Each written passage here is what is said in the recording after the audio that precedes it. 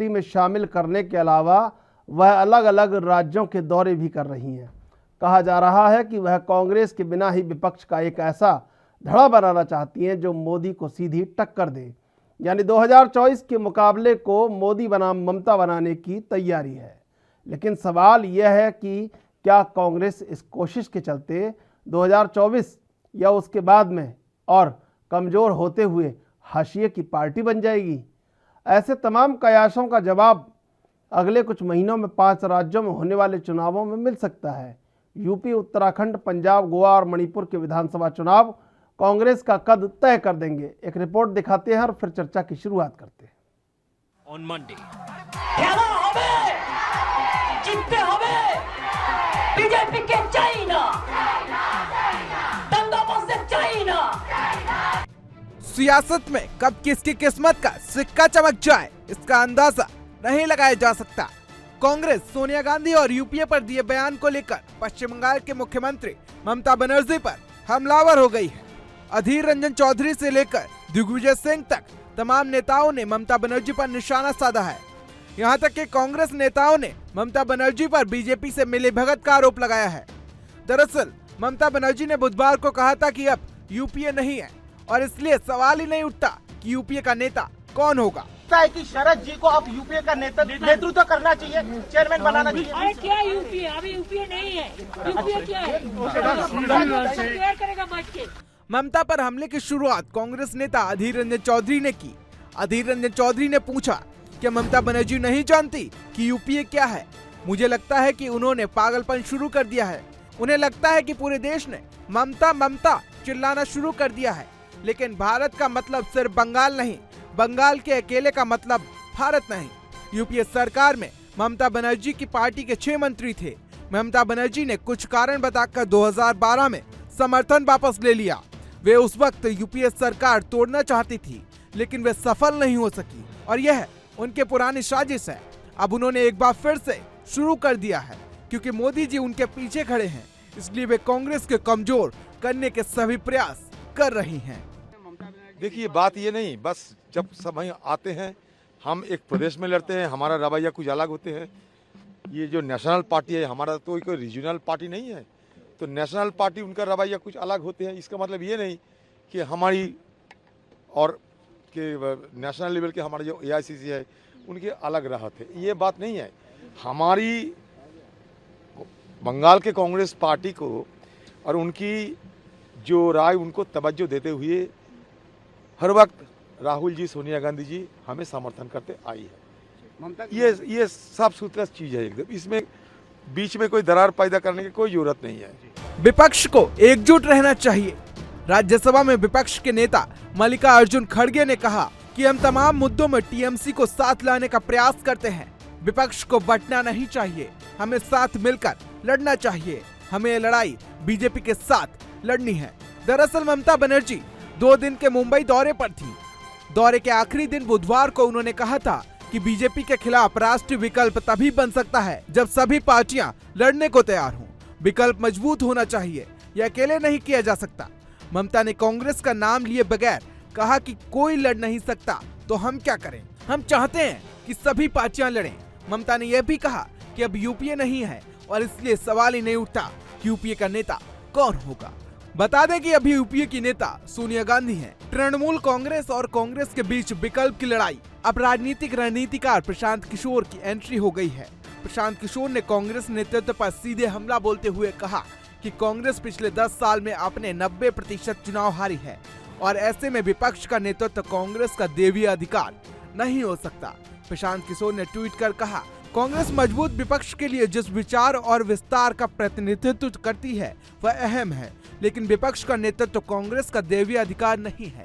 जब पार्टी पिछले 10 सालों में अपने 90% चुनाव हारती हो, लोकतांत्रिक तरीके से विपक्षी नेतृत्व को तय करने दें। ममता वर्सेस कांग्रेस की हुई लड़ाई। दरअसल ममता बनर्जी 2024 लोकसभा चुनाव के लिए तैयारी में जुट गई हैं। वे अलग अलग राज्यों में पार्टियों के नेताओं से मिलकर बीजेपी का विकल्प बनाने की अपील कर रही हैं। ममता ने बुधवार को मुंबई में कहा था कि बीजेपी के खिलाफ राष्ट्रीय विकल्प तभी बन सकता है जब पार्टियां लड़ने को तैयार हों। विकल्प मजबूत होना चाहिए, यह अकेले नहीं किया जा सकता। ममता ने कांग्रेस का नाम लिए बगैर कहा कि कोई लड़ नहीं सकता, तो इसमें हम क्या करें? हम चाहते हैं कि सभी पार्टियां एकजुट होकर लड़ें। Bureau report, NB news.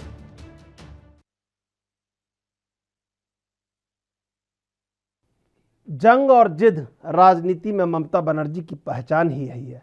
BJP से जंग लड़कर उन्होंने पश्चिम बंगाल फतह किया और अब दिल्ली पर कब्जे की जिद कर बैठी हैं।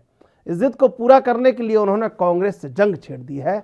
ममता का ये बार कांग्रेस पर है और वह इन दोनों कांग्रेस को किनारे कर राजनीति का नया समीकरण तैयार कर रही हैं। आज हमारे साथ इसी मुद्दे पर चर्चा करने के लिए 3 मेहमान मौजूद हैं।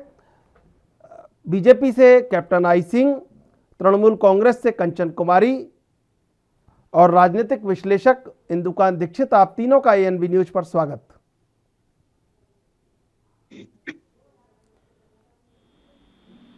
कैप्टन आई सिंह जी, देखिए, एक मुद्दे पर टीएमसी और आप एक नजर आ रहे हैं लगभग, कि जो कांग्रेस मुक्त भारत की बात करते थे आप, वहीं अब कांग्रेस के पीछे टीएमसी पड़ गई है और एक राष्ट्रीय विकल्प के रूप में कहीं अपनी भूमिका को तलाश रही है।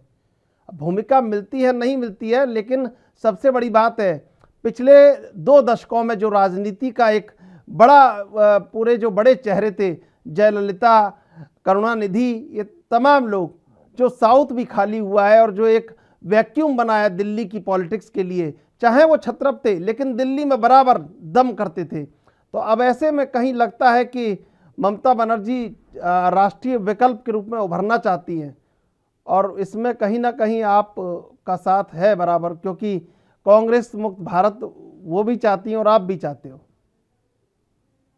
चंद्रशेखर जी, हमारी विचारधारा और ममता जी की विचारधारा दोनों ही अलग अलग है।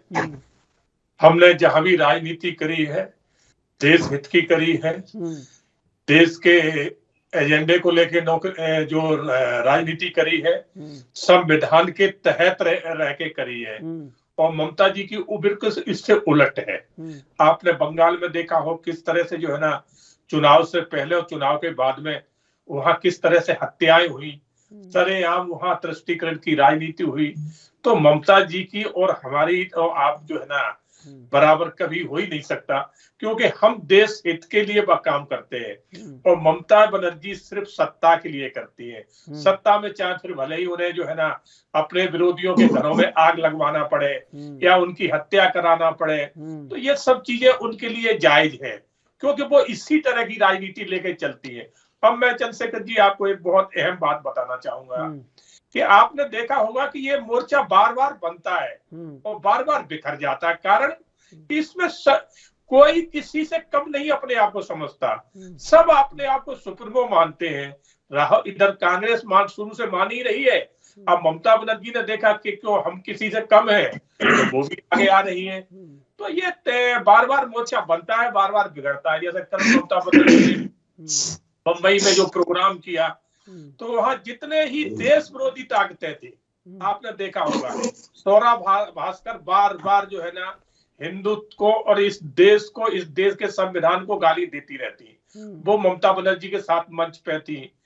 और भी जितने थे वहां सारे ही वो ममता जी के साथ में थे।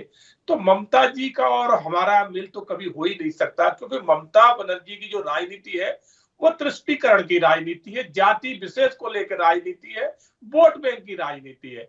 हम देश के संविधान को लेकर चलने वाले लोग हैं, सनातनी लोग हैं, हम सनातन को मानने वाले लोग हैं। हम ममता बनर्जी के पिछले कार्यकाल में आपने जिस तरह से देखा होगा कि बंगाल में दुर्गा पूजा पे बैन लगा दिया गया था, ऐसे बहुत से हिंदू संस्कृत प्रोग्राम थे।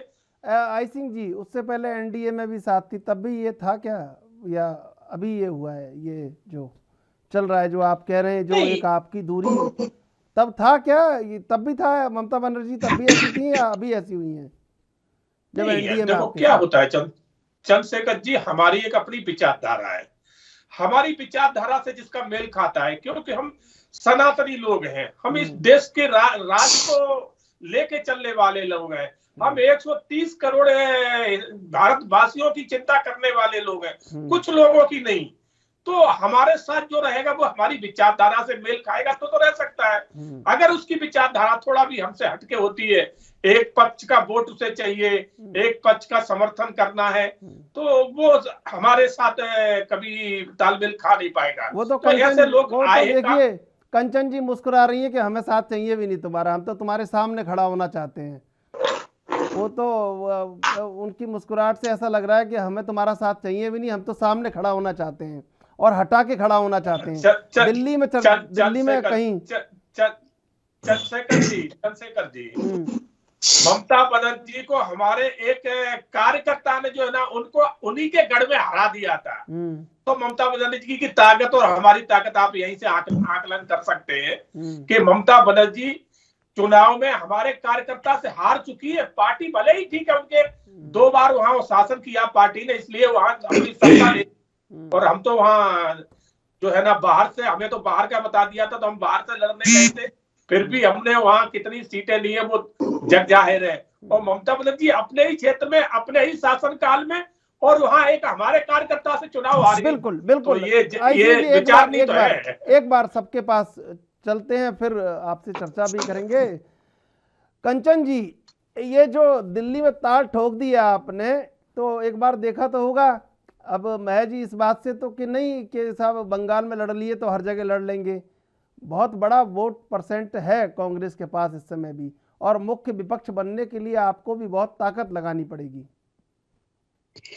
देखिए चंद्रशेखर जी, सबसे पहले बात तो जो अभी बीजेपी के प्रवक्ता जी बोले हैं, मुझे उनके किसी भी बात का जवाब देने में कोई दिलचस्पी नहीं है।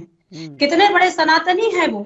ये कोरोना काल में और अब तक जो देश की दुर्गति हुई है वो सारी जनता देख चुकी है। उनके लिए सबसे बड़ी जो कठिन है काम है वो जनता ही है। इनके लिए जनता को लुभाना, जनता को बेरोजगारी, महंगाई, हर चीज ये आज खुद बैकफुट पे है। इन्हें पता है कि देश इनके साथ क्या करने वाली है।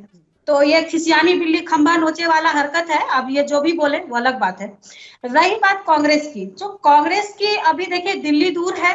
अभी 2024 में क्या होना है नहीं होना है, ये एक राजनीतिक बहुत बड़ी पटक चलती रहती है।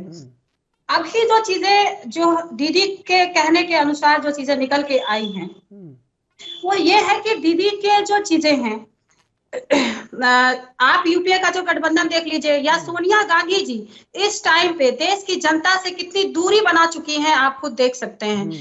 और जब बीजेपी को इस देश में लाने वाली कहीं ना कहीं कांग्रेस है, और कांग्रेस और बीजेपी ये दोनों तराजू के दोनों पलड़े पर बैठे हुए हैं। कभी ये भारी होते हैं, कभी ये भारी होते हैं। इन दोनों ने देश को लूटा है, और हम जनता के प्रॉब्लम्स जो होते हैं उनसे सरोकार रखते हैं, उनके लिए बात करते हैं। और इसलिए आज हम लोग दिल्ली के तरफ रुख कर चुके हैं, और हम पूरी तरीके से विपक्ष के लिए तैयार हैं। आई सिंह जी, आऊंगा आपके पास। इंदु कांत जी, आपसे तो सवाल करने का दिल करता ही नहीं है, बातें जानने का दिल करता है, लेकिन एक जी कहिए, फिर ये कह देंगे इंदु कांत जी कह देंगे टाइम नहीं दिया, टाइम कम देते हो। आप बोल दो आई सिंह जी। इनको हिंसा दिखाई देती है, यूपी की हिंसा नहीं दिख रही है, आराम से कंचन जी, आराम से नहीं दिख रही इनको। हाँ बताइए आई सिंह जी। मैं अपनी बहन कंचन को बताना चाहूंगा कि कंचन जी, ममता जी की आप जो दुहाई दे रही है, वो ममता जी कल जो है ना इसी सोनिया जी से मदद मांग रही थी बीजेपी के डर से, और आज आप कह रही हो कि क्या ना हो कांग्रेस और बीजेपी उनको एक दूसरे को बढ़ावा दे रहे। तो पहले आप तय तो कर ले कि आप किसके साथ हैं। अरे सर पता, अरे आई सिंह हम किसी के साथ नहीं है, आई सिंह जी, मुद्दा ही वही है भाई साहब, आई सिंह जी मुद्दा ही वही है। हम किसी के साथ है ही नहीं, हम तो दोनों मुक्त भारत चाहते हैं। कंचन जी, आई सिंह जी, ये किसी को नहीं पता कौन किसके साथ है। बिल्कुल इंदु कांत जी, राजनीतिक उठा पटक है, कब किसके साथ कौन होगा ये कौन देखा। मैं तो आपको एक छोटी सी बात याद दिलाना चाहता हूं कि 1996 में भाजपा की राष्ट्रीय एक टीम बंगाल गई थी। अगर आपको कुछ जहन में आए तो प्रमोद महाजन, दिवंगत प्रमोद महाजन उस टीम में थे, उसमें गोविंदाचार्य उस टीम में थे, 2-4 लोग गए थे, और वहाँ से एक एजेंडा लेके आए थे कि कैसे लंबी सरकार दिल्ली में चलाई जा सकती है। एक स्टडी बीजेपी ने की थी, अगर आपको याद हो तो। अब ये जो कहीं ना कहीं एक स्टडी है जो गई है ममता बनर्जी के पास, और उसी स्टडी का परिणाम है कि जिस तरह ममता बनर्जी बाहर निकली है बंगाल से, और जिस तरह हमला किया है, कुछ ना कुछ भीतर है इसके। ज्यादा तो आप बताएंगे क्या है। इस बार की जो लड़ाई लड़ रही थी ममता जी वेस्ट बंगाल में, वो उनके लिए अस्तित्व की लड़ाई थी और उन्होंने खुद भी माना था कि हमारे लिए अस्तित्व की लड़ाई है। और जिस तरह से भाजपा ने वहां पे चुनाव को लिया था, पूरी तरह से उनकी तैयारी थी सत्ता पे काबिज होने की और अपनी तरफ से उन्होंने पूरी कोशिश भी की थी। और आपने देखा होगा कि जिस तरह से प्रधानमंत्री ने लीड किया भाजपा के कैंपेन को, उस मार को भी झेल करके, उस कैंपेनिंग को भी झेलकर ममता ने जो अपने को सरवाइव किया, तो ममता में निश्चित तौर पे एक कॉन्फिडेंस आया कि जिस प्रधानमंत्री नरेंद्र मोदी को देश का कोई भी नेतृत्व, कोई भी राज्य दो बात को छोड़कर, जैसे बीजू जनता दल को मैं मानता उड़ीसा में, उनको छोड़ करके और एक दो और जगहों पे सभी लोग उनके सामने धराशायी हो गए। लेकिन एक जगह जहां पे प्रधानमंत्री नरेंद्र मोदी की अभी तक दाल पूरी तरह से नहीं गली है, वो पश्चिम बंगाल। नहीं तो पूरा नॉर्थ ईस्ट लगभग सफाया कर दिया उन्होंने, कम्युनिस्ट पार्टी से भी, कांग्रेस से नहीं भी। सर, उन्होंने कुकर लगाया भी नहीं होगा, कहीं कढ़ाई में दाल बनाई होगी, कुकर लगाते तो कर देते। और कुकर का मतलब आप समझते हो तो कर लेते, दाल 4-5 सीटी दे के गलाई लेते। वो तो उन्होंने गलाई नहीं, उन्होंने तो 2-2 सीटों में सरकार बना दी कई राज्यों में। देखिए ऐसा है कि आपका इशारा बिल्कुल सही है, लेकिन वो कुकर या बिना कुकर की भी दाल पश्चिम बंगाल में नहीं गल पाई। लेकिन मेरा ये मानना है कि पश्चिम बंगाल में दाल पूरी तरह से न गलने का हमने बात इसलिए कहा, वहां भी उनकी दाल गली। देखिए पश्चिम बंगाल के 2000 अभी आपके जो अंतिम चुनाव हुआ और इसके जस्ट पहले का 2016 के चुनाव, दोनों को आप ले लीजिए तो पश्चिम बंगाल के दोनों चुनाव में कहीं न कहीं कांग्रेस, कम्युनिस्ट पार्टी, ये लोग टैसिट सपोर्ट में थे टीएमसी के। टीएमसी, बीजेपी बेशक वो खुद हार जाए, लेकिन बीजेपी वहां एंट्री न कर पाए, ये टारगेट था कम्युनिस्ट पार्टीज का और कांग्रेस का। और आज उसी का फल उनको भुगतना पड़ रहा है। देखिए अगर आपने राजनीति में अपने को मजबूत नहीं रखा, आप स्ट्रॉन्ग विकेट पे नहीं खेल रहे हैं, तो दूसरे के पीछे लटकन बन के, लटक कर, चिपक कर राजनीति लंबे समय नहीं कर सकते हैं। इस मामले में देखिए ममता बनर्जी ने पश्चिम बंगाल में एकला चलो की बात कही और खेला होबे करके उन्होंने सारी रणनीति, सारा चीजें अपने हाथ में रखी और अपने हिसाब से चलाई। उनके सपोर्ट में पीछे से स्ट्रेटेजिकली, टैक्टिकली कांग्रेस और कम्युनिस्ट पार्टी थी, तो वहां पे भी उनका खाता नहीं खुला इन विधानसभा चुनाव में। और आप देखिए राष्ट्रीय राजनीति में भी बिल्कुल हाशिए पर टीएमसी ने उनको कर दिया है। अब उनके राजनीतिक रणनीतिकार जो इन चुनाव में रहे, उनकी बात करते हैं पीके की। पीके ने जब पश्चिम बंगाल के चुनाव हो रहे थे उस समय कह दिया था कि पश्चिम बंगाल के बाद अब राष्ट्रीय राजनीति की बात हम करेंगे, और वहां पे उन्होंने इंडिकेट कर दिया था कि ममता को हम फोकस में रख के बात आगे करेंगे। आज वही चीजें अनफोल्ड हो रही चंद्रशेखर जी, इसमें कोई नई बात नहीं है। जितने राजनीतिक पंडित हैं उन्होंने इनका पहले ही असेसमेंट कर लिया था। अब आते हैं इंद्रजीत जी ने जो बात आपको इशारों में बताई। देखिए इस बात से कंचन जी नकार नहीं सकती हैं कि आज तक जितनी भी राष्ट्रीय राजनीति कर रही थी ममता जी, वो आज से उन्होंने, कल से उन्होंने एक नई लाइन ड्रॉ की। जब महाराष्ट्र में जाकर उन्होंने ये बातें की और इस तरह की बातें पब्लिक में मीडिया से कही, नहीं तो इसके पहले वो कहीं न कहीं जब वो एनडीए से जब से अलग हुई थी तब से वो कहीं न कहीं कांग्रेस की अनुगत थी राष्ट्रीय राजनीति में। अभी भी जुलाई में जिसकी बात कह रहे थे इंद्रजीत जी, जुलाई में वो गई और सोनिया राहुल गांधी के साथ उनका फोटो ऑप हुआ। वहां पर उन्होंने घोषणा भी की, उन्होंने बातचीत की कि कैसे राष्ट्रीय राजनीति में एक विकल्प तैयार किया जाए भाजपा को सत्ता से बाहर करने का। तो ये लगातार इस प्रयास में थी। अब इसको मैं भी मानता हूँ कि कांग्रेस, ये राहुल ने बना रखा है कि हम जो कुछ करेंगे राहुल गांधी के नेतृत्व में करेंगे। आप जानते हैं कांग्रेस में भी एक G23 बन गया इसी के विरोध के चलते। पूरे देश के बहुत सारे राजनीतिज्ञ ये कहते हैं कि राहुल गांधी के नेतृत्व में कांग्रेस को कोई खास उम्मीदें नहीं, क्योंकि उनका वहां पे सफलता का प्रतिशत बहुत कम रहा है, जैसे ममता जी ने किया है। तो अब ऐसे में कोई भी जो नेतृत्व या नेता जो जमीन से जुड़ा होगा, वो जमीन से न जुड़े नेता के नेतृत्व में राष्ट्रीय राजनीति नहीं करना चाहेगा।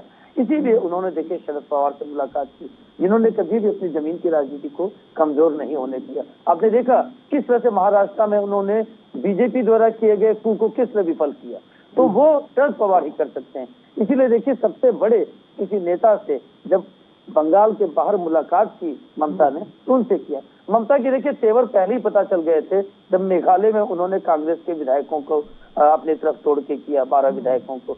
तमाम जगहों पर नॉर्थ ईस्ट में वो त्रिपुरा में भी इसकी बात चल रही है, पश्चिम बंगाल में भी, राष्ट्रीय स्तर पर भी कांग्रेस के कई नेताओं को अपने साथ करेंगे। तो कांग्रेस को पहले भाजपा ने अस्तित्वहीन लगभग कर दिया नॉर्थ ईस्ट में, अब तृणमूल ने नॉर्थ ईस्ट के साथ पश्चिम बंगाल में और कई जगहों पर उनको अस्तित्वहीन करने की बात की। अब आप देखें पार्लियामेंट में इतना बड़ी बातें चल रही, संघर्ष चल रहा है, पार्लियामेंट शुरू हुआ है और यहाँ पे जिसके नेतृत्व में कांग्रेस सारी उम्मीद और लड़ाई की बात करता है, उनके राहुल गांधी जी लापता है। लोगों का ये कहना है कि वो विदेश में है। तो ऐसे में जो ममता ने आक्षेप लगाए उनके नेतृत्व पर या उनके कामकाज पर, इसमें कहीं भी कोई संदेह नहीं है और ये बिल्कुल ही निस्संदेह है। ये जितनी भी बातें ममता जी ने राहुल गांधी के बारे में कही है, ये कांग्रेस नेतृत्व के लिए चारणीय है। उत्तर प्रदेश में इतनी ऊंच नीच चल रही राजनीतिक चीजें, सरगर्मी है, ठीक है, उन्होंने अपनी बहन प्रियंका जी को सौंप दिया, लेकिन उनको वो कहाँ है? आज लोकसभा राज्यसभा में इतनी बहस चल रही है, 12 लोगों को ऐतिहासिक रूप से सस्पेंड किया गया है, वहाँ राहुल गांधी और उनकी आवाज कहाँ है? तो ऐसे में अगर ममता जी ये बात कहती है कि यूपीए नाम की चीज खत्म हो गई, इस जगह हिंदुकान जी टीएमसी या बीजेपी होती तो बिल्कुल एकदम बता देती लोगों को। एकदम कांग्रेस पे आता नहीं है मैनेजमेंट करना इस तरह का। आई सिंह जी, आई सिंह जी, देखिए आपने प्रेशर भी लगाया बंगाल में और कुकर भी लगाया, दाल गली नहीं, और अब दाल गली नहीं तो उसका खामियाजा आपको भुगतना पड़ रहा है कि अब ममता बनर्जी दिल्ली आ रही हैं और ये आपके लिए चुनौती है। चंद्रशेखर जी, किसी को भी राजनीति जो भी कर रहा है तो सपना देखने का, ख्वाब देखने का सबको अधिकार है, देख सकता है। बाकी मैं इतना आपसे जरूर कहूंगा कि हमने ना तो वहां कोई सीटी लगाई, ना प्रेशर कुकर रखा, हमने चुनाव लड़ा और बहुत अच्छा लड़ा। और जहां चुनाव लड़ने जाते हैं तो ताकत तो देखो सब जगह लगाना ही पड़ती है, और हम कभी इस तरह से चुनाव नहीं लड़ते कि हल्के में लड़े। तो हमने बड़ी मेहनत से चुनाव लड़ा। सबसे बड़ी बात ये थी चंद्रशेखर जी कि पश्चिम बंगाल में हमारा कभी कुछ नहीं रहा है, आप तो ये जानते हैं। वहां सबसे पहले कांग्रेस ने बहुत लंबे समय तक शासन किया, फिर कम्युनिस्टों ने किया, कम्युनिस्टों के बाद फिर ममता जी वहां पहुंची। तो हमारी तो कभी सरकार भी नहीं रही, हमारा तो वहां कुछ रहा ही नहीं है। उसके बाद भी आप देखिए कि ममता जी की सरकार होते हुए हमने वहां 18 अपने सांसद निकाले, और आपने विधानसभा की सीटें देख ली हमने कितनी अच्छी निकाली। जबकि ममता बनर्जी बार बार अपने खास करके बंगाल के लोगों को एक ही बात समझा रही थी कि ये बाहर के लोग हैं, ये यहाँ आके ये करेंगे वो करेंगे, मतलब दिमाग में कितना फुतूल बैठाया, फिर भी इन्होंने हमें रोक नहीं पाया। हम वहां सबसे बड़ा विपक्ष बनके उभरे। कम्युनिस्ट और ये जो शासन करने वाली थी, इनका नामो निशान खत्म हो गया। तो ये नहीं कह सकते कि हमने पहली बार ताकत लगाई और पहली बार में हम सेकंड नंबर की पार्टी वहां बन गए, सबसे बड़ा विपक्ष बन गए। आगे हो सकता है वो सरकार भी बनाएंगे, ऐसी कोई बड़ी बात नहीं है। तो ये चीज ना सोचे कि ममता जी कभी बीजेपी को चैलेंज करेंगी, कभी नहीं कर सकती है, क्योंकि ममता बनर्जी की सोच सिर्फ एक क्षेत्रीय पार्टी की है। जिस तरह की उन्होंने जो राजनीति करी है उससे पूरे देश में इनका एक ग्राफ ऐसा बन चुका है कि ममता बनर्जी और कांग्रेस की एक ही सोच है। इन्हें सिर्फ एक कम्युनिस्ट समुदाय का वोट चाहिए, जिसके लिए हिंदुओं को कितना भी नजरअंदाज करना चाहिए, उनके लिए उसका मर्डर कराना चाहिए, वो ममता बनर्जी भी कर रही है, वही पहले कांग्रेस कर रही है। तो इसलिए हिंदू बहुत अच्छी तरह से जानता है वो ममता बनर्जी के कभी बातों में बहकावे नहीं आएगा। हाँ, इनके साथ आएंगे, जैसे कल मुंबई में एक पूरा ग्रुप इनके साथ था, तो वो पूरा ग्रुप आप देख रहे हो कि देश के संविधान से बिल्कुल उसमें यकीन नहीं रखता है, नरेंद्र मोदी की सरकार में यकीन नहीं रखता है, क्योंकि वो कुछ इस तरह के लोग हैं कि इस देश से उन्हें प्रेम नहीं है। अगर वो पाकिस्तान के नारे की जरूरत पड़ जाए तो खूब लगाएंगे, पाकिस्तान की टीम क्रिकेट में जीतती तो ये लोग पटाखे चलाते हैं। तो ये वो लोग हैं, और वो ही सारे कल ममता बनर्जी के साथ में थे। तो ममता बनर्जी बात देखना बड़ी बात नहीं है। मैं आपसे कहता हूं ममता बनर्जी इस देश की प्रधानमंत्री अब तो छोड़ो कभी भी नहीं बन सकती है, क्योंकि शुरुआत इनकी अच्छी नहीं है। इनकी शुरुआत हिंदुओं को नजरअंदाज करके शुरुआत हुई है, जिसने बंगाल की सबसे बड़ी, इससे बड़ा कोई त्योहार नहीं था, दुर्गा पूजा। उस दुर्गा पूजा को इन्होंने रोक लगवा दी थी, दुर्गा विसर्जन पे इन्होंने रोक लगवाई थी। तो ठीक है, सरकार बना ली, मगर वहाँ का हिंदू इस चीज को कभी नहीं भूल सकता है कि दुर्गा पूजा पे अगर पूरे ये मानो जब से भारत बना है, जब से बंगाल बना है, दुर्गा पूजा के ऊपर अगर किसी ने रोक लगवाई थी तो वो ममता बनर्जी थी। तो ये चीजें लोग याद रखते हैं। सरकार बनना अलग है, देश का प्रधानमंत्री बनना अलग है। तो देश का प्रधानमंत्री ख्वाब देखना बड़ी बात नहीं है, ममता जी देख सकती है, अगर कभी बन नहीं सकती पहले तो वो अपना मोर्चे ही सफल कर लेना। कल उन्होंने मीटिंग करी और अभी तक एक भी ऐसा नेता नहीं जो उनके हाँ में हाँ मिला रहा हो। सब एक ही 24 घंटे में सब बिखर गए। शरद पवार ने अपने बयान बदल दिए, उद्धव ठाकरे के बयान, आज देखो उनका प्रवक्ता एक चैनल में बैठ के कह रहा था कि कांग्रेस के बगैर तो कोई गठबंधन ही नहीं हो सकता। तो मतलब ये ठीक है, कोशिश कर रही, मगर इनकी एकता कभी बनेगी नहीं। और ये एकता तीसरा मोर्चा मैं देख रहा हूँ 89 से बनता हुआ आ रहा है। 89 से तीसरा मोर्चा बन रहा है, बार बार बनता है, बार बार टूटता है।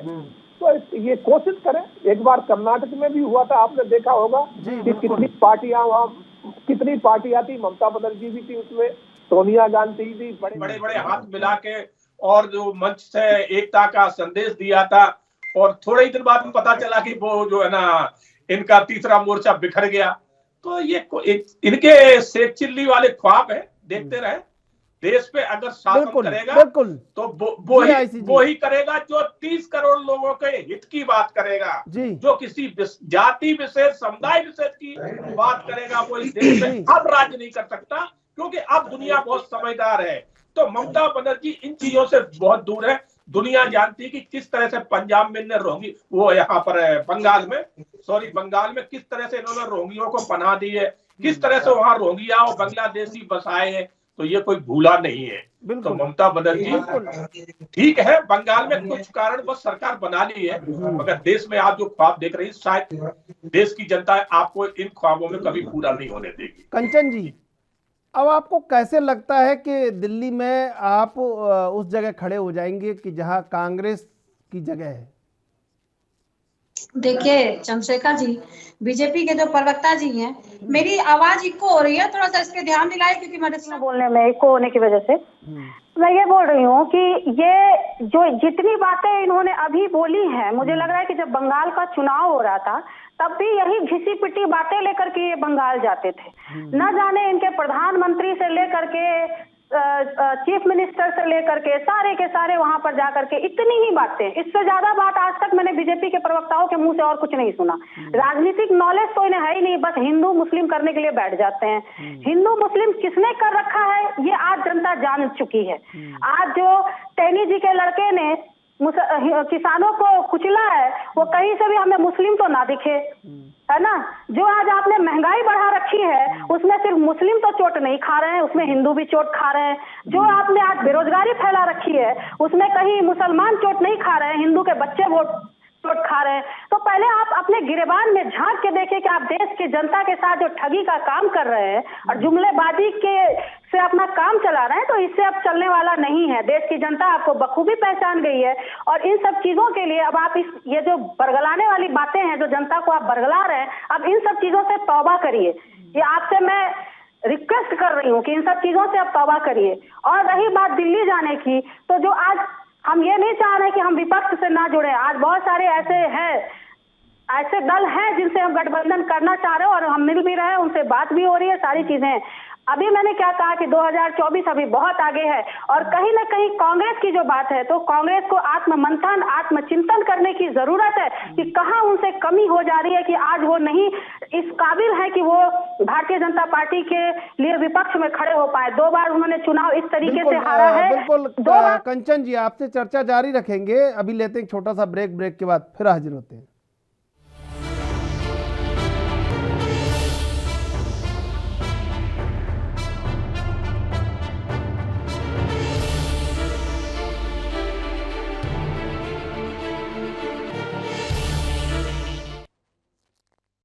तीनों मेहमान हमारे साथ बने हुए हैं। हम चलेंगे कंचन कुमारी के पास। कंचन जी, एक बात ये भी है, देखिए आपने एनडीए को भी नकार दिया है, यूपीए को भी नकार दिया है, अब कौन सा आप नया दल वो बनाने वाले हैं, फ्रंट कोई जिसको आपको लगता है कि इसकी अगवानी आप कर लेंगे?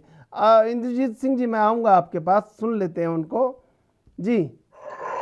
देखिए ऐसा कुछ नहीं कि किसी को नकारा गया है, सबको अपनी देखिए विपक्ष में रहने के लिए सबसे पहली बात है कि आज जो भी हैं सबको अपनी जो छवि उन्होंने बना रखी है या राहुल गांधी की जो छवि बन रखी है इस टाइम पे, जो जनता नहीं स्वीकार कर रही है, कहीं ना कुछ तो कमी आ रही है, जिसकी वजह से सभी दल के नेता जो हैं उनको अपनी छवि पे ध्यान देना पड़ेगा, जो जनता के हितों के लिए बात करें। सिर्फ प्रधानमंत्री का ख्वाब देखने से काम नहीं चलेगा, प्रधानमंत्री बनने के लिए उसके पीछे मेहनत करना पड़ता है, जनता के दिनों पे राज करना पड़ता है, तब आप जाकर के कहीं उस शीर्ष स्थान पर आपको वहां पे बिठाया जाता है, जनता चुनती है आपको। तो इन सब चीजों के लिए हमने किसी को नकारा नहीं, अभी बहुत टाइम है 2024 आने में।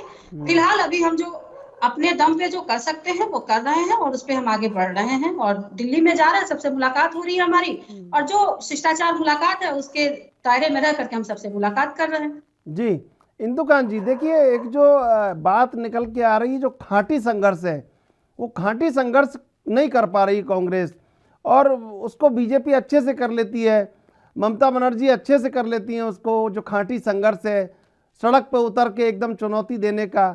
और आज जो शीतकालीन सत्र चल रहा है, अब अगर यही जगह विपक्ष में बीजेपी या टीएमसी होती तो ये कर लेते, वो जो काम कांग्रेस नहीं कर पाई है, आज निलंबन के बाद भी नहीं कर पाई है। तो कहीं ये छटपटाहट है, ममता बनर्जी के मन में है ये छटपटाहट कि उस जगह उतर के और वहां पहुंचा जा सकता है, क्योंकि बीजेपी भी पहुंची है ऐसे ही करके। जी चंद्रशेखर जी, आप बिल्कुल ठीक कह रहे हैं।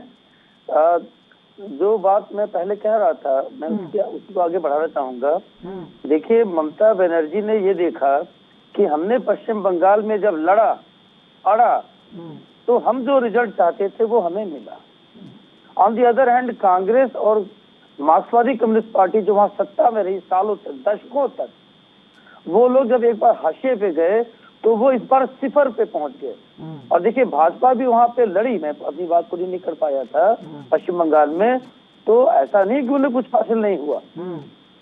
निश्चित तौर पे ममता बनर्जी को भी ये एहसास हुआ कि जो पार्टी 2016 के 3 सीट से इस बार 77 सीट पे पहुंच गई, जो पार्टी चाहे हमारे ही एक नेता को लेकर अपने साथ हमको हमारी जमीन पे धूल चटा सकती है, जो पार्टी हमारे अस्तित्व पर संकट खड़ा कर सकती है, चुनाव के समय ही सही एक डर पैदा हुआ।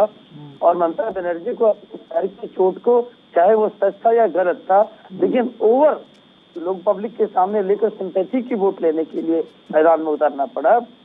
तो उन्होंने ये समझ लिया कि एक अंग्रेजी में कहावत है कि ऑफेंस इज बेस्ट डिफेंस। आप हमारे पिच पर उतर के लड़े और हमें डिसलॉज करने की आपने कोशिश की और आप मुख्य विपक्षी पार्टी तक बन गए। अब हम आपके पिच पर उतरेंगे। ठीक है, ममता बनर्जी का तात्कालिक लक्ष्य ये नहीं होगा कि हम प्राइम मिनिस्टर बन जाए, लेकिन उनको ये बात जरूर अखरती होगी, और किसी भी बड़े विपक्षी नेता को अखरना भी चाहिए कि केंद्र में जैसी चुनौती, जैसा भाजपा जहां जहां विपक्ष में, आपने ठीक कहा चंद्रशेखर जी, वो अपने राज्यों में जहां पे विपक्ष में वहां सत्ताधारी दलों को जबरदस्त चुनौती देते हैं। चाहे महाराष्ट्र को ले लीजिए, चाहे झारखंड को ले लीजिए, जो भी प्रदेश जहाँ पे वो विपक्ष में है। लेकिन जब केंद्र की बात आती है, तो जब भाजपा विपक्ष में थी, तो आप देखिए यूपीए 1 यूपीए 2 में कभी भी कांग्रेस चैन से नहीं बैठने दिया। सुषमा स्वराज हो, अरुण जेटली हो, संसद हो, उसमें राज्यसभा लोकसभा घेर लेते हैं सर इंदुकांत जी, ये बीजेपी वाले घेर लेते हैं, कांग्रेस को घेरना नहीं आता है। विपक्ष का यही काम है। देखिए, विपक्ष अगर ये न कर सके तो वो तो विपक्ष कहलाने लायक नहीं है। आप इतना ही देखें कि जिस तरह से इन्होंने कांग्रेस ने 44 सीट पे जब आ गए 2014 के इलेक्शन में, तो उनको एग्रेसिव होना चाहिए था। 2019 में इतने संघर्ष के बाद और प्रधानमंत्री पर सीधा हमला किया था राहुल गांधी ने, तो वो 44 से 52 पे आए, आज वो 53 पे हैं। और वोटिंग परसेंटेज को मैं देख रहा था आपके भाषण आने के पहले कि 0.3% वोट पड़ा केवल कांग्रेस का। ऑन दी अदर हैंड हम टीएमसी का वोट परसेंटेज देख रहे थे कि तृणमूल कांग्रेस को 3.84% वोट मिला था 2014 के लोकसभा इलेक्शन में, और इस बार उनको 4.06% मिला। उन्होंने कुछ बढ़ाया ही, बेशक उनकी सीट भाजपा की स्ट्रेटजी के चलते घट गई, लेकिन उन्होंने कुछ वोट परसेंट बढ़ाया। अब उन्होंने ये तय किया कि हम केंद्र के पिच पे आकर के चैलेंज करेंगे, चुनौती देंगे मोदी को। अब अगर आप चुनौती उनके घर में घुस को उनको देते हैं तो निश्चित तौर पे जो उनकी लड़ाई है, जो उनकी चुनौती वेस्ट बंगाल के फोकस है ममता के खिलाफ, वो थोड़ा ढीला पड़ेगी, कमजोर पड़ेगी। एक स्ट्रेटजी ये है, और दूसरी स्ट्रेटजी ये है कि जो अभी कंचन जी कह रही थी, उन्होंने इशारा किया कि अभी वो विपक्ष को एकजुट कर रही है। मेरा मानना है कि भाजपा को बहुत प्रसन्न नहीं होना चाहिए। तात्कालिक तौर पे तो लग रहा है कि विपक्ष ममता के इस प्रयास से बिखर सकता है, लेकिन इससे दो चीजें होंगी। एक तो विपक्ष चैतन्य होगा, सचेत होगा कि हमें मिल करके चुनौती बनना है, कुछ मुद्दों पे लड़ाई लड़ने के लिए राष्ट्रीय राजनीति में काम करना होगा। दूसरा, कांग्रेस भी सतर्क अगर होगी तो वो भी अपनी तैयारी करेगी, और हो सकता है 2024 आने के पहले तो मुद्दों पर, क्योंकि कांग्रेस को आप देखिए मना कर सकते हैं कि ठीक है हम आपके साथ नहीं जुड़ेंगे, लेकिन ना अभी विपक्ष में राष्ट्रीय राजनीति में कांग्रेस को छोड़कर कोई राष्ट्रीय राजनीति विपक्ष की नहीं हो सकती है, क्योंकि कई राज्यों में उनकी अपनी सरकार है, कई राज्यों में उनके गठबंधन की सरकार है, और उनके मुकाबले अगर सीधे सीधे देखें तो पॉलिटिकल गणित में तृणमूल कांग्रेस ही नहीं है एक राज्य को छोड़ सकते। लेकिन इससे पूरा विपक्ष आंदोलित होगा, और आने वाले समय में 2024 के पहले हो सकता है कि दोनों ध्रुव, जो थर्ड फ्रंट बन रहा है या जो कांग्रेस लेड जो उनका यूपीए है, वो एकजुट होकर के भाजपा को चुनौती दें। जी इंद्रजीत जी, देखिए ये जो घाटी संघर्ष है, ये जो मटका बाल्टी बैलगाड़ी सिलेंडर लेके सड़क पर निकल जाना, या तो आप कर सकते हैं या टीएमसी कर सकती है। ये दोनों को आपको महारत हासिल है, कांग्रेस ये नहीं कर पा रही है, और इसका कारण ये है कि राजनीति में जो रोचकता होती है वो कम हो रही है, और लोग बड़ा इससे विमुख से होते जा रहे हैं। तो वो रोचकता पैदा हो सकती है टीएमसी के आने से, और शायद इसीलिए वो वहाँ प्रधानमंत्री मोदी से भी उनकी भेंट हुई है ममता बनर्जी की, तो शायद रोचकता आ सकती है राजनीति में। चंद्रशेखर जी, हमने आपसे पहले ही कहा कि हम देश के हितों की लड़ाई लड़ते हैं। जिस तरह से आपने देखा होगा 370 जम्मू कश्मीर में इतना बड़ा। अब क्या इंद्रजीत सिंह जी, ये कौन सा बांग्लादेश में चुनाव लड़ रहे हैं? ये भी यही पश्चिम बंगाल भारत में ही है, ये भी दिल्ली में ही लड़ने वाले हैं आपसे। ये कौन सा बाहर से आके लड़ रहे हैं पाकिस्तान बांग्लादेश से? आप मेरी बात तो सुने पहले। जब हमने धारा 370 एक इतना बड़ा नासूर था हमारे देश में कि कश्मीर हमारे देश का अंग होते हुए भी उसको ऐसे बना रखा था कि जैसे ये देश का नहीं है। तो जब हमने उसको हटाया तो उस पर कोई भी ये पार्टियां, सब विपक्षी पार्टियां दूर खड़ी थी, सब कांग्रेस के दबे मुंह अपना वोट बैंक साधने में लगी थी। इन्होंने देश इसकी बात नहीं करी कि अगर धारा 370 हट रही है तो देश से एक बहुत बड़ा नासूर हट रहा है। तो ये सारी पार्टियां दूर खड़ी तमाशा देख रही थी, क्योंकि इन्हें डर ये था कि इनका एक वोट बैंक इनसे कहीं खिसक ना जाए। तो हमने इस तरह से जो है ना देश में जो काम किए हैं वो देश हित के काम किए हैं। तो देश की जनता इन चीजों को नजरअंदाज नहीं करती, कभी विशेष करके देखती है। और चाहे ममता हो या कांग्रेस हो या समाजवादी हो या अन्य पार्टियां हो, इनकी आप देखिए हर जगह इनकी राजनीति सिर्फ घूम फिर के आके वही तुष्टीकरण की राजनीति, एक जाति विशेष की राजनीति, धर्म विशेष को लेकर राजनीति आ जाती है। तो जनता ये भी देखती है। हमने कभी इस तरह की बात नहीं करी है। हमने, आप देखिए आज उत्तर प्रदेश में हमारे योगी जी अगर गैस सिलेंडर बांट रहे तो उन्होंने कभी देखा है कि ये मुस्लिम है इसको नहीं देना है? अगर जिनके पास मकान नहीं है उनको मकान दिए जा रहे हैं तो योगी जी ने कभी ये देखा है कि मुस्लिम है इसको मकान नहीं दिया जाएगा? जो 2 साल से खाद्यान्न बांटा जा रहा है, 80 करोड़ लोगों को देश में खाद्यान्न बांटा जा रहा है निःशुल्क, कोई शुल्क नहीं। तो कभी ये देखा है कि ये मुसलमान है तो इनको नहीं दिया जाएगा, या ये फलाने है तो इनको नहीं दिया जाएगा? सबको बराबर मिल रहा है। बल्कि इस लाभ का सबसे ज्यादा अगर कोई लाभ ले रहा है तो मुस्लिम समुदाय ले रहा है। तो हमने कभी तो मुस्लिम हितैषी तो आप हुए। मगर इन पार्टियों की सिर्फ एक ही बात रही है, जिस तरह से आपने बंगाल चुनाव में, मैं जानना चाहूंगा अपनी बहन से, कंचन जी से, कि बंगाल चुनाव में जो हिंसा हुई थी जिन लोगों को अपना गांव घर छोड़ के जाना पड़ा था, जिनके परिवार मारे गए थे, महिलाओं को, बहन बेटियों के साथ वहां बलात्कार हुआ था, कितने लोगों को अभी तक आपने गिरफ्तार किया, कितने लोगों पे केस चलाया है, तो आप बताएं, ये भी तो जाहिर करें। जी बिल्कुल बिल्कुल, मैं आपका जवाब दूंगी। उत्तर प्रदेश में टेनी जी ने गाड़ी चढ़ाया है, क्या उन लोगों को सजा मिल गई? क्या त्रिपुरा में जो कांड हो रहे हैं, क्या उन लोगों को सजा मिल गई? क्या आपका तो ऊपर से नीचे सरकार है, क्यों नहीं सजा मिल पा रही है भाई?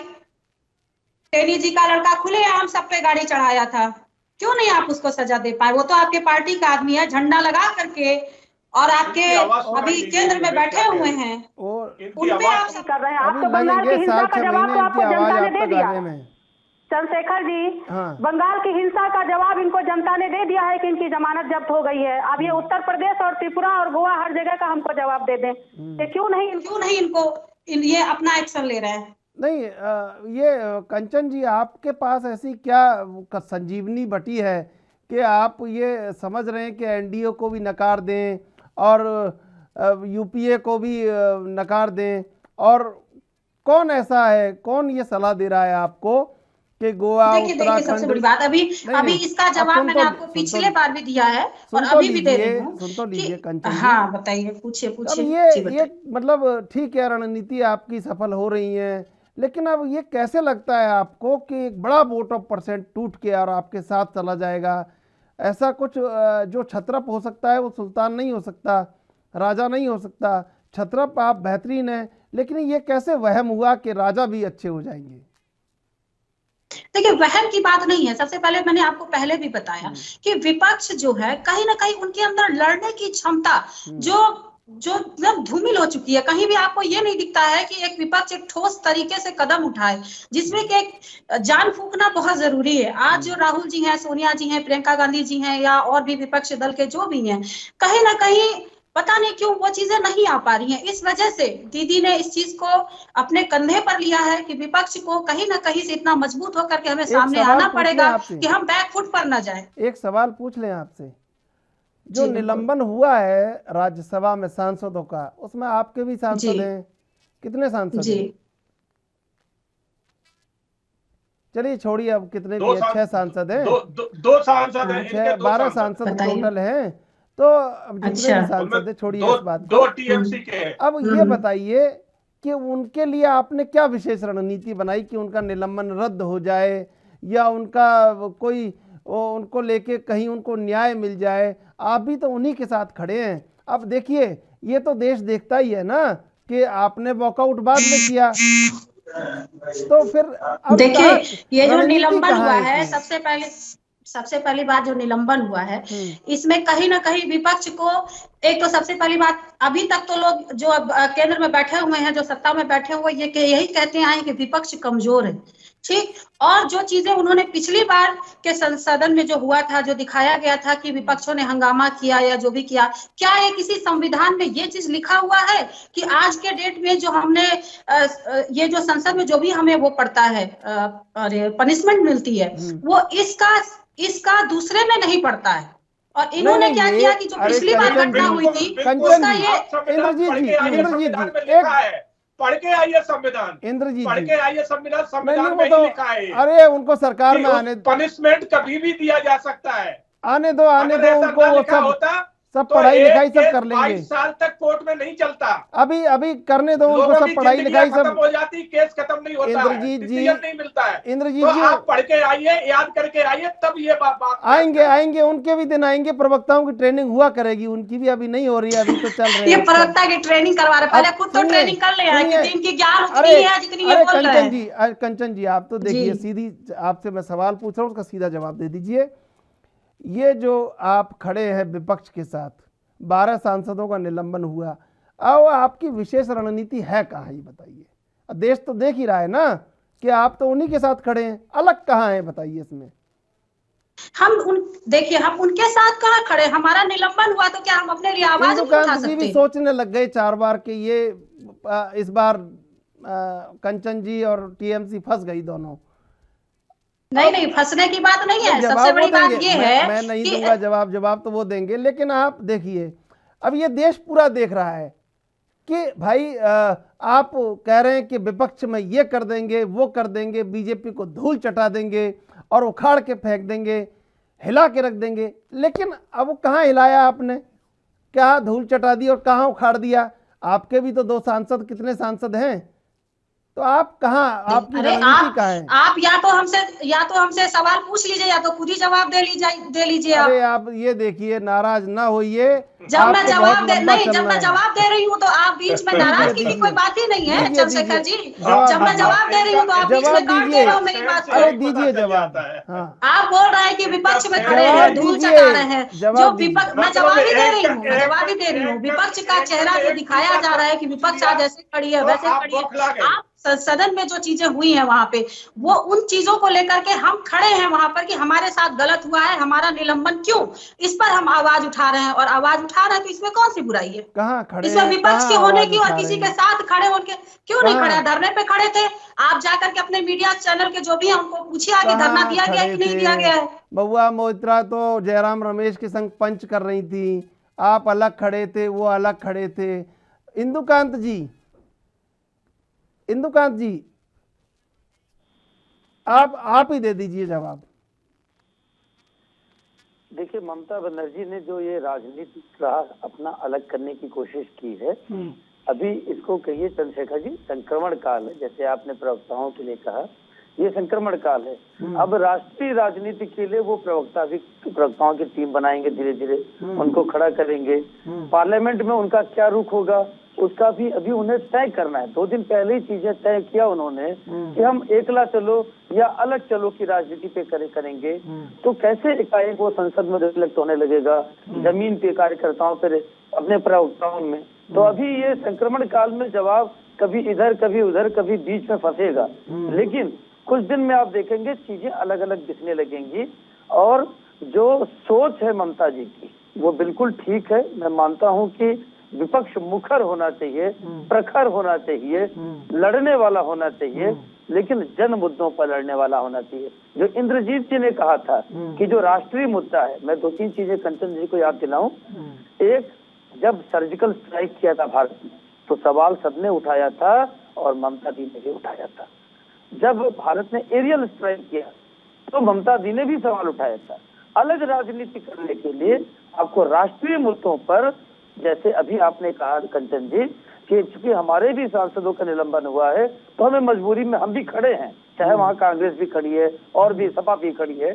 तो इसी तरह से जो राष्ट्रीय मुद्दे हों जहाँ पे देश हित इन्वॉल्व है, अगर आपको लगता है कि बीजेपी की मोदी सरकार ने ठीक किया तो आप वहां भी खड़े होंगे तो देश में आपकी स्वीकार्यता निश्चित तौर पे बढ़ेगी। ये जरूरी नहीं कि राष्ट्र के हित में कोई अच्छा काम अगर मोदी गवर्नमेंट करती है तो आप उसकी आलोचना करें। आखिरकार अगर देश में चीन का विरोध होता है, चीन के खिलाफ कार्रवाई होती है डोकलाम में या लद्दाख में, पाकिस्तान के खिलाफ कार्रवाई होती है, एरियल स्ट्राइक होता है, इन मुद्दों पे सवाल उठा के आखिर हम किसको खुश करना चाहते हैं? और इसी तरह से जो कहा इंद्रजीत जी ने कि आपने दशहरे के जो जुलूस थे उन पर रोक लगा के किसको खुश करने की कोशिश की? लंबी राजनीति जो होती है उसमें स्थायी भाव, स्थायी नीतियों से काम होगा, न कि कुछ वर्गों को खुश या संतुष्ट करने से बात बनेगी। कंचन जी। जी कंचन जी, पहले बात तो देखिए इंद्रजीत जी ने जो कहा है कि दुर्गा पूजा वाली बात, ये प्रोपगंडा जो फैलाया जा रहा है, मैं इस पे शुरू में ही बोल चुकी हूँ कि इस चीजों को दोहराया ना जाए, क्योंकि ये कहीं ना कहीं प्रधानमंत्री बोल चुके हैं। बंगाल ही एक ऐसा राज्य है जहाँ पे दुर्गा पूजा पंडाल में पैसे चंदे में गवर्नमेंट की तरफ से वहां पे पैसा जाता है। ये किसी भी राज्य में ये चीज नहीं होता है। ये प्रोपगंडा फैलाया गया था। ये एक छोटी सी घटना हुई थी जो एक ही दिन 2 त्योहार पड़ गए थे, जिसकी वजह से कहा गया था कि आप थोड़ी देर के लिए रुक जाइए। इस चीज को इन्होंने पकड़ा और हाईलाइट कर दिया। और ये कहीं से, क्या आप बता सकते हैं कि आज जितना पूजा बंगाल देश में दुर्गा पूजा का होता है क्या और राज्य में होता है क्या? वहां का दुर्गा पूजा फेमस है। आज आप कह नहीं सकते कि कोई भी नहीं कह सकता कि वहां का क्वेश्चन नहीं करेगा दुर्गा पूजा कहाँ का फेमस है, तो यही कहेगा कि बंगाल का है। रही बात सर्जिकल स्ट्राइक नहीं होती तो आप हमारे दुर्गा देश पूजा की को सेना कभी ने करते किया ही था, नहीं। तो वाही लेने लगते हैं लोग, हम उसके खिलाफ हैं। देश के प्रधानमंत्री आज जो देश जिस चीज से लड़ रही है, हम उसके खिलाफ हैं और हम जनता के साथ हैं कि किस तरीके से जनता को इस मुश्किल घड़ी से निकाला जाए, अरे और किस जनता तरीके से नहीं अगर निकल विपक्ष रही, में कोई नहीं है, जनता के साथ कोई हो जाए राजनीतिक दल, जनता नहीं निकल रही मुश्किल से। नहीं ये तो कोरी सियासत इसीलिए है। तो ये देखिए, तो जनता अभी तक को तो हर एक कांग्रेस और बीजेपी ने जनता को बरगलाया, चंद्रशेखर कुछ जी, नहीं किया। इस वजह से तो लोग दीदी की तरफ निगाह मैं उठा करके अपनी देख बहन रहे कंचन से हैं। एक शब्द कहना चाहूंगा। अभी तो दिल्ली आज पहुंची ये नहीं कुछ है कह दिल्ली। रहे हैं, वो बैठ कुछ के कह रहे कह हैं, दे। सुन लीजिए कुछ कह रहे हैं वो। हाँ। तो वो तो हमें शिक्षा देने लगेंगे। नहीं कोई झूठ शिक्षा नहीं बातें दे रहे हैं बोलते हैं। आप शिक्षा लेनी भी पड़ेगी। अभी दिल्ली चंद्रशेखर ऐसे ही जी, थोड़ी मिल जाएगा मैं आपको। अपनी बहन से यह कहना चाहता हूँ कि मैं एक तो बार वैसे ये कह दे पाकिस्तान अभी मुर्दाबाद, दिल्ली बहुत दूर मैं है। कह रहा हूँ ये पाकिस्तान कंचन जी, मुर्दाबाद, ये भी कह दे। अरे कंचन जी सुन ये तो कह दे। लीजिए, आई सिंह जी क्या कह रहे हैं। आवाज तो आनी चाहिए भाई साहब, आवाज आप इतनी आ आने रही दो, है, आप वॉल्यूम आप तो आने दो बढ़वाइए। तो आए आवाज, आप उनको सुनो तो आए नहीं आवाज। वॉल्यूम नहीं आ रही है चंद्रशेखर जी, वॉल्यूम नहीं आ रही है। चलिए आप उनको कहने दीजिए, मैं अब नहीं बता आएगी, दूं। अब नहीं आएगी। नहीं आएगी। हाँ बताइए, ऐसे अब आ रही है, मुद्दों पे नहीं अब आ रही है। अब बोलिए। मैं अपनी बहन कंचन को कहना चाहूंगा कि मेरा सबसे कट्टर दुश्मन इस टाइम पाकिस्तान है, और मैं हर बात में पाकिस्तान को धूल चटाता हूं और पाकिस्तान को मुर्दाबाद कहता हूं। एक बार आप कह के बताइए कि पाकिस्तान मुर्दाबाद, कहिए आप एक बार। अरे क्या बेवकूफी वाली बातें कर रहे हैं। कल दीदी आप बाहर निकाल देंगी अगर आपने ऐसा कह दिया तो। गजब आदमी है भैया, कहाँ मुझे तो हंसी आ गई। पाकिस्तान मुर्दाबाद लीजिए बोल दिया, आप बोलिए चाइना मुर्दाबाद, आप बोल दीजिए एक बार। इनका कहाँ है? आप बोल दीजिए एक बार चाइना मुर्दाबाद, पाकिस्तान मुर्दाबाद पूरे देश के लिए है और रहेगा। इंदुकांत जी, बिना मतलब की बात आप बोल रहे हैं। इन दोनों को, बीजेपी को और टीएमसी को, दोनों को महारत हासिल है ये करने में। अब मामला जोरदार और बिना मतलब की बात, जिसका कोई औचित्य ही नहीं है यहाँ पे। इंदुकांत जी, अब मामला रोचक और जोरदार हो सकता है अगर ये सब हो तो। मामला रोचक और जोरदार होगा ही, क्योंकि विपक्ष की एकजुटता को माइनस कांग्रेस अगर धार देने की बात कर रही है ममता जी, तो मैं इसका बिल्कुल धुर समर्थक हूँ कि कहीं से भी विपक्ष की आवाज आनी चाहिए, विपक्ष का नेतृत्व दिखना चाहिए, विपक्ष का नेतृत्व थोपा हुआ नहीं होना चाहिए। लेकिन ममता जी को भी ये बदलाव जरूर करना पड़ेगा कि अपने बाद या अपने साथ सबसे बड़ा नेता अभिषेक बनर्जी दिखाई दें, ये लोभ और मोह छोड़ त्यागना होगा। जो सोनिया जी को लोभ मोह है कि राहुल या प्रियंका, वही ममता भी दिखा रही हैं। तो ममता को इस ममता से आगे बढ़कर देश की ममता करनी होगी, और देश की राजनीति में आने के पहले उन्हें ये भी सोचना पड़ेगा कि बंगाल में, कंचन जी आप लिख लीजिए, ये नोट कर लीजिए। बंगाल